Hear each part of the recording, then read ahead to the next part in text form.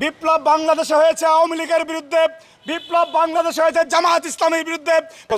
এই যে যারা আপনারা মিডিয়ার আছেন, আপনারা যারা অনলাইনে আছেন, দয়া করে এই অংশটা প্রচার করবেন যে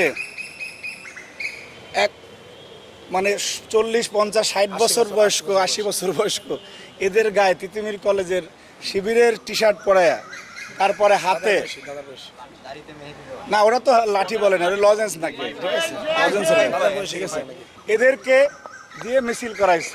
আপনি জিজ্ঞেস করেন, দিব্যি এই মহাসত্যকে তারা অস্বীকার করবে।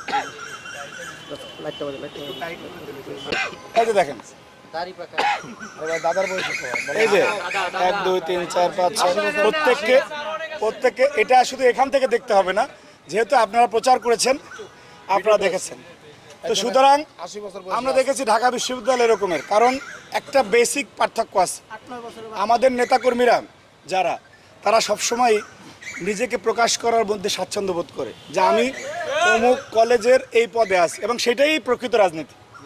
আমি অমুক শিক্ষা প্রতিষ্ঠানে এই পদে আছি, কিন্তু তারা এই যে গুপ্ত থাকার কারণে তাদের একটা সুবিধা আছে, যে দেখা যাচ্ছে তিতুমিরের ছাত্র ঢাকা বিশ্ববিদ্যালয়ে গিয়ে, ঢাকা বিশ্ববিদ্যালয়ের শিক্ষার্থী জগন্নাথে গিয়ে তাদের কোনো প্রোগ্রামে, যে প্রোগ্রামগুলিতে তাদের লোক দেখানোর দরকার হয়, সেই প্রোগ্রামে তারা ওইভাবে থাকে। গুপ্ত থাকার অনেক সুবিধা আছে ওদের মাধ্যমে, ওদের দ্বারা আর কি।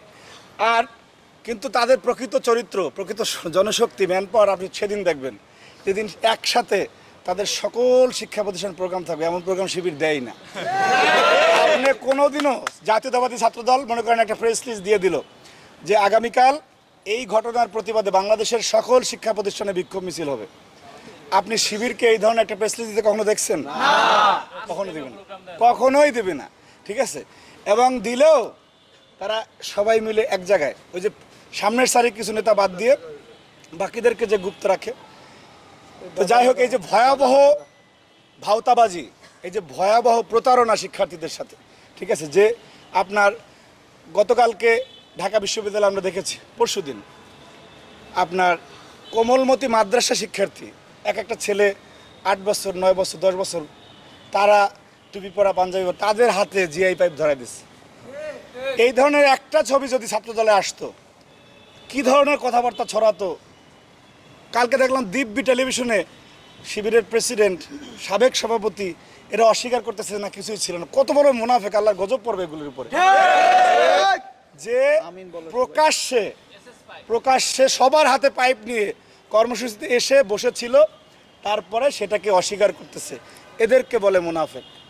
যাই হোক, তারা যে অস্থিতিশীল পরিস্থিতি তৈরি করতে চায়, তারা নিঃসন্দেহে ব্যর্থ হবে। কেন ব্যর্থ হবে? তারা যে কথায় কথায় বোঝাতে চায় যে এই বিপ্লব সকাল বিকাল বিপ্লবের কথা বলে, অথচ বিপ্লব যখন চলতেছিল তখন তারা সবজি কেনায় ব্যস্ত ছিল। সকাল বিকাল বিপ্লবের কথা বলে। বিপ্লব বাংলাদেশে হয়েছে আওয়ামী লীগের বিরুদ্ধে, বিপ্লব বাংলাদেশে হয়েছে জামাত ইসলামের বিরুদ্ধে, বিপ্লব বাংলাদেশে হয়েছে জাতীয় পার্টির বিরুদ্ধে, গণঅভ্যুত্থান এদের প্রত্যেকের বিরুদ্ধে হয়েছে। একমাত্র জাতীয়তাবাদী দল বিএনপি ইতিহাসে কোনোদিন যার বিপক্ষে জনগণ দাঁড়ায় নাই। চ্যানেল বি+, নতুন সূর্যোদয়, নতুন বাংলাদেশ।